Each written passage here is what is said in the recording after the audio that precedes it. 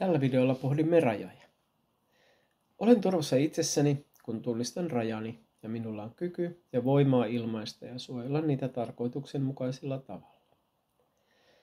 Yleensä on helpompaa tunnistaa fyysiset rajat kuin emotionaaliset. Jos tulemme toimintakulttuurissa, jossa ei ole ollut terveitä rajoja, niin silloin meihin on muodostunut sokeutta ymmärtää ja tunnistaa niitä itsessä ja toisissa. Emme osaa automaattisesti kunnioittaa omaa tilaamme, jos meidän tilaamme ei ole kunnioitettu ja oltu siihen nähden hienotunteisia. Olessamme turvassa itsessämme vaalimme samalla kykyä olla auki ja rakastavia täällä elämässä. Rakkaus ilmentyy vapaudessa, kun meissä ei ole pelkoa. Tunnistaessamme selkeyttä ja voimaa suojella itseämme, voimme olla huolettomina täällä maailmassa. Turvallisessa todellisuudessa emme luo haastetta rajojemme testaamiselle aktiivisesti. Suorittavissa toimintakulttuurissa vapaudelle ei osata antaa sille kuuluvaa arvoa, eikä sen merkitystä ymmärretä hyvinvoinnin kannalta tärkeänä asiana. Suorittamiselle ja aikansaamiselle annetaan paljon arvoa ja vähemmän suorittavia syyllistetään suoraan tai hienovaraisemmin. Suorittavissa kulttuureissa ollaan huolissaan hyvästä selviytymisestä ja se oikeuttaa vaativuuden ilmaisuuden riittämättömäksi koetussa toiminnassa, eikä toisten hyvinvoinnin rajoja ymmärretä silloin kunnioittaa. Teen itseäni kohtaan väärin, jos suostun suorittamaan oman hyvinvointini kustannuksella. Ja vihan tunteiden herääminen on hyvä merkki siitä, että et ole kuunnellut riittävästi omia rajojasi.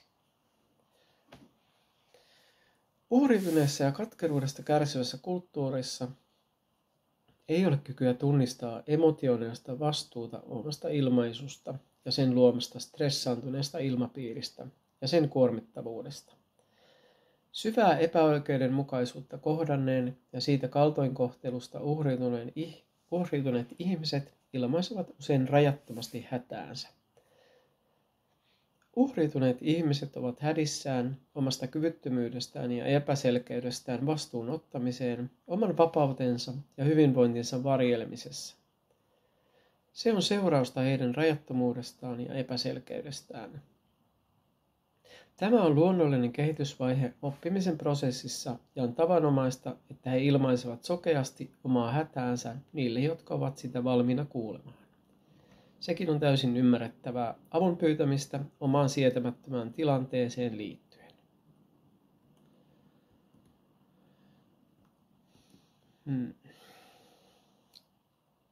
On vaikea suojella toisia omalta työltään silloin, kun on kyvytön ottamaan vastuuta omasta työstään. Teen itseäni kohtaan väärin, jos kuuntelen uhritilassa olevaa ihmistä rajattomasti, niin että alan itsevoimaan huonosti hänen huolissaan.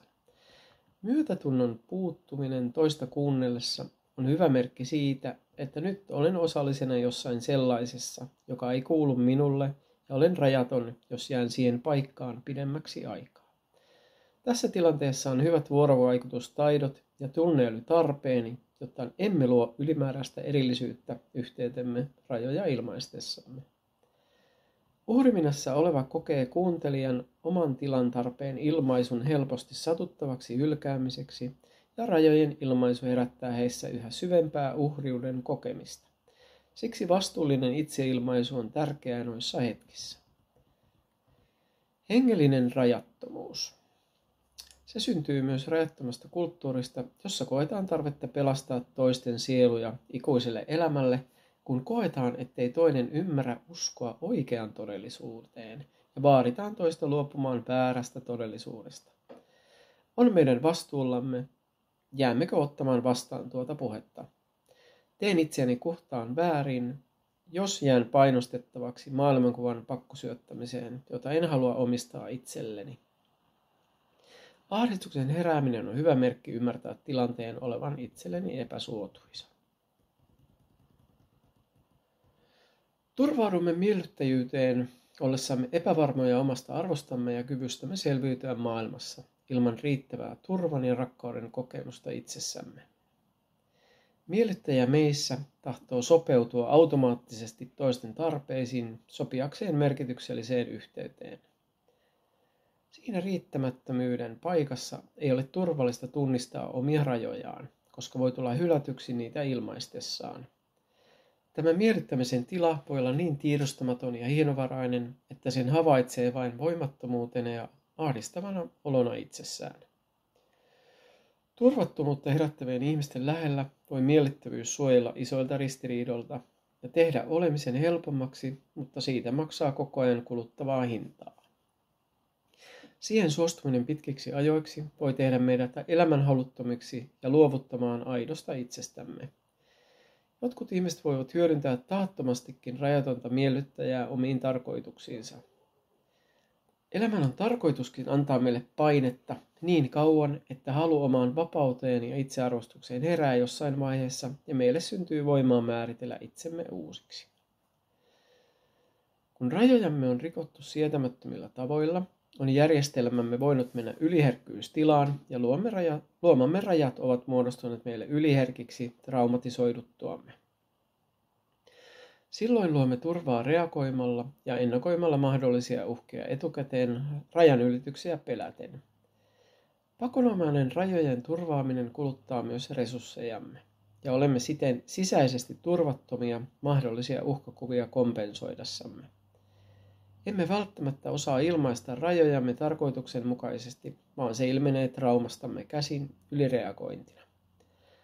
Pahimmillaan toimimme aggressiivisesti ja hylkäävästi rajoja ilmaistessamme, jolloin taas tapahtuu uhriutumista ja tuotamme emotionaalisesti hyväksikäyttöä, ja se mahdollistaa hylätyksi tulemista, ja se taas luo lisää katkeruutta meissä.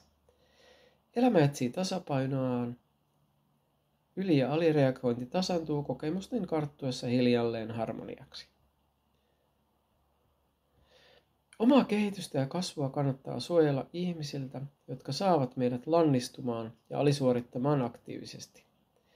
Olemme vastuussa omasta avoimuudesta ja herkkyyden säilyttämisestä, mutta myös työstä ottaa haasteita sopivassa määrin vastaan voimaantuaksemme. Kaikkiin taisteluihin ei kannata välttämättä osallistua. Sitten kun meillä on voimaa ja tasapainoa riittävästi, kykenemme ilmaisemaan rajamme selkeästi ja kunnioitusta herättävästi. Vastuullisuuden kautta luomme sisäistä turvaa valitessamme itsellemme oikeita asioita elämäämme. Tämä työ kyllä kannattaa tehdä, ja elämä antaa vihjeitä ja merkkejä erilaisilla kärsimyksen kokemuksilla koko ajan suoristaaksemme todellisuuttamme.